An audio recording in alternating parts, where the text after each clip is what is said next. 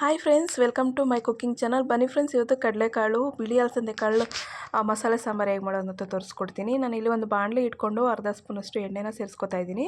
ಹಾಗೆ ಬೆಳ್ಳುಳ್ಳಿ, ಶುಂಠಿ, ಹಾಗೆ ಒಂದು ಅರ್ಧ ಕಟ್ ಮಾಡ್ಕೊಂಡಿರೋ ಈರುಳ್ಳಿ, ಹಾಗೆ ಒಂದು ಅರ್ಧ ಇಂಚಷ್ಟು ಚಕ್ಕೆ, ಒಂದು 2 ಲವಂಗನ ಸೇರಿಸ್ಕೊಂಡು ಫ್ರೈ ಮಾಡ್ಕೊಳ್ಳೋಣ.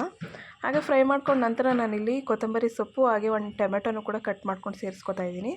ಹಾಗೆ ತೆಂಗಿನಕಾಯಿ ತುರಿ, ಹಾಗೆ ಒಂದು ಅರ್ಧ ಸ್ಪೂನಷ್ಟು ನಾನು ಗಸಗಸೆನೂ ಕೂಡ ಸೇರಿಸ್ಕೊತಾ ಇದ್ದೀನಿ.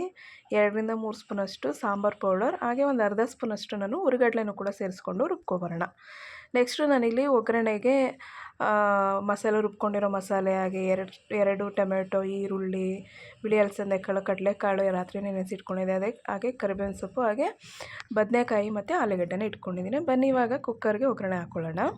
ಹಾಗೆ ನಾನಿಲ್ಲಿ ಒಂದು 2ರಿಂದ 3 ಸ್ಪೂನಷ್ಟು ಎಣ್ಣೆನ ಸೇರಿಸ್ಕೊಂಡು ಈರುಳ್ಳಿ, ಕರಿಬೇವಿನ ಸೊಪ್ಪು ಹಾಕ್ಕೊಂಡು ಫ್ರೈ ಮಾಡ್ಕೊಳ್ಳೋಣ. ಫ್ರೈ ಮಾಡ್ಕೊಂಡ ನಂತರ ನಾನಿಲ್ಲಿ ಆಲೂಗೆಡ್ಡೆ, ಬದನೆಕಾಯಿ ಸೇರಿಸ್ಕೊಂಡು ಒಂದು ಅರ್ಧ ಸ್ಪೂನಷ್ಟು ಅರಿಶಿನ ಕೂಡ ಸೇರಿಸ್ಕೊಂಡು ಫ್ರೈ ಮಾಡ್ಕೊಳ್ಳೋಣ. ಹಾಗೆ ಇಲ್ಲಿ ಟೊಮ್ಯಾಟೊ, ಬಿಳಿ ಅಲಸಂದೆ ಕಾಳು ಮತ್ತು ಕಡಲೆಕಾಳು ರಾತ್ರಿನೇ ನೆನೆಸಿಟ್ಕೊಂಡಿರೋ ಕಾಳುಗಳನ್ನೂ ಕೂಡ ಸೇರಿಸ್ಕೊಂಡು ಒಂದು 5 ನಿಮಿಷ ಫ್ರೈ ಮಾಡ್ಕೊಳ್ಳೋಣ. ಹಾಗೆ ಈ ಸಾಂಬಾರಂತೂ ಮುದ್ದೆ, ಚಪಾತಿ, ಅನ್ನಕ್ಕಂತೂ ಸಖತ್ತಾಗಿರುತ್ತೆ ಕಾಂಬಿನೇಷನ್ನು. ನೀವು ಕೂಡ ಒಂದ್ಸಲ ಟ್ರೈ ಮಾಡಿ.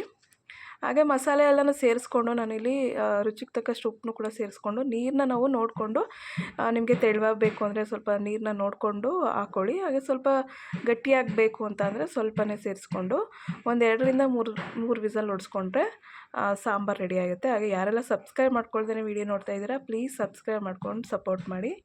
ಬಾಯ್.